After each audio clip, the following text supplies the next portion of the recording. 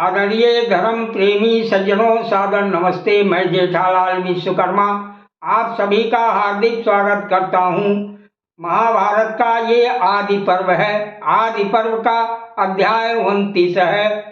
तब राजा जन्मेजय जी ने पूछा, हे ब्राह्मण श्रेष्ठ पुरुष सिंह, पांडवों ने उस प्रकार बकासुर का वध करने के पश्चात कौन सा कार्य किया? महर्षि वैशंपायन जी कहते हैं, हे राजन, बकासुर का वध करने के पश्चात पांडव लोग वेदों का स्वाध्याय करते हुए वहीं ब्राह्मण के घर में रहने लगे। तदंतर कुछ दिनों के पश्चात कठोर नियमों का पालन करने वाला एक ब्राह्मण ठहरने के लिए उस ब्राह्मण के घर पर आया। उस ब्राह्मण का सदा घर पर आए हुए सभी अतिथियों की सेवा करने का व्रत था। उसने आगंतुक ब्राह्मण का भली भांति सत्कार करके उसे ठहरने के लिए स्थान दे दिया। वो ब्राह्मण बड़ी सुंदर सुंदर एवं कल्याणमयी कथाएं कह रहा था। उन्हें सुनने के लिए सभी नरश्रेष्ठ पांडव कुंती के साथ उसके पास जा बैठे। उसने अनेक देशों, तीर्थों, नदियों, राजाओं, नाना प्रकार के आश्चर्यजनक स्थानों तथा नगरों का वर्णन किया। हे राजन जन्मेजय जी, कथा के अंत में उस ब्राह्मण ने ये भी बताया कि पांचाल देश में यज्ञसेन कुमारी द्रौपदी का अद्भुत स्वयंवर होने जा रहा है। कठोर व्रत का पालन करने वाले उस ब्राह्मण से ये वृत्तांत सुनकर उन सब महाबली कुंती पुत्रों का मन विचलित हो गया। अपने सभी पुत्रों के मन को उस स्वयंवर की ओर आकृष्ट हुआ देख उस समय सत्यवादिनी माता कुंती ने युधिष्ठिर से कहा। माता कुंती बोली, हे पुत्र, हम लोग यहाँ इन महात्मा ब्राह्मण के घर में बहुत दिनों तक सुख पूर्वक रहे हैं। इस रमणीय नगर में हम आनंद पूर्वक घूमे फिरे और यहाँ हमें भिक्षा भी पर्याप्त मिली है। हे शत्रु दमन, यहाँ जो रमणीय वन और उपवन है उन सबको भी हमने बार बार देख लिया। हे वीर श्रेष्ठ, यदि उन देखे हुए स्थानों को हम पुनः देखने जाएं तो वह हमें पहले जैसी प्रसन्नता नहीं दे सकते। हे कुरु नंदन, अब हमें यहाँ भिक्षा भी पहले जैसी नहीं मिल रही है।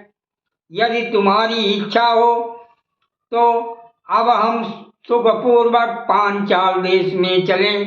हे वीर श्रेष्ठ, उस देश को हमने पहले कभी नहीं देखा है, अतः वो अतीव रमणीय प्रतीत होगा। हे वत्स, एक स्थान पर बहुत समय तक रहना मुझे ना उचित जान पड़ता है, ना ही संभव। अतः यदि तुम ठीक समझो तो हम लोग सुखपूर्वक वहां चलें। युधिष्ठिर बोले, हे माताश्री, आप जिस कार्य को ठीक समझती हैं वो हमारे लिए परम हितकर है, परंतु अपने छोटे भाइयों के संबंध में मैं नहीं जानता कि वह जाने के लिए उद्यत हैं या नहीं।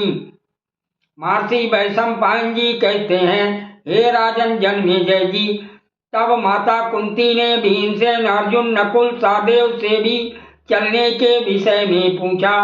उन सब ने भी तथास्तु कहकर स्वीकृति दे दी। हे राजन, तब कुंती ने उस ब्राह्मण से विदा लेकर अपने पुत्रों के साथ महात्मा द्रुपद की रमणीय नगरी की ओर जाने की तैयारी की।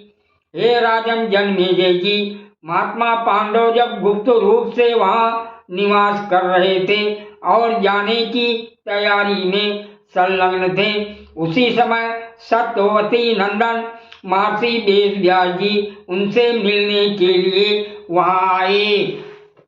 उस समय महर्षि भगवान वेदव्यास जी ने उनसे धर्म और अर्थयुक्त बातें कही। फिर विचित्र विचित्र कथाएं सुनाकर वह पुनः उनसे इस प्रकार बोले, हे महाबली वीरों, अब तुम पांचाल नगर में जाकर रहो। द्रौपदी को पाकर तुम सब लोग सुखी होगे, इसमें संशय नहीं है।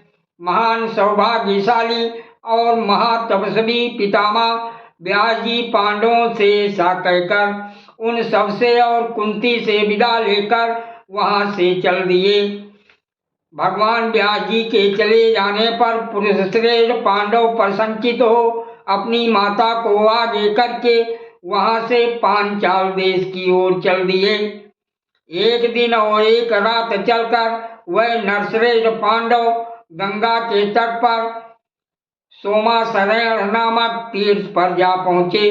उस समय उनके आगे आगे महारथी अर्जुन उजाला तथा रक्षा करने के लिए जलती हुई मशाल उठाए चल रहे थे।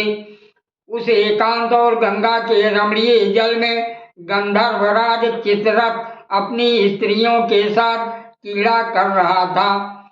वो ईर्षालु जल क्रीड़ा करने के लिए ही वहां आया था। सादर प्रणाम। जय श्री कृष्ण।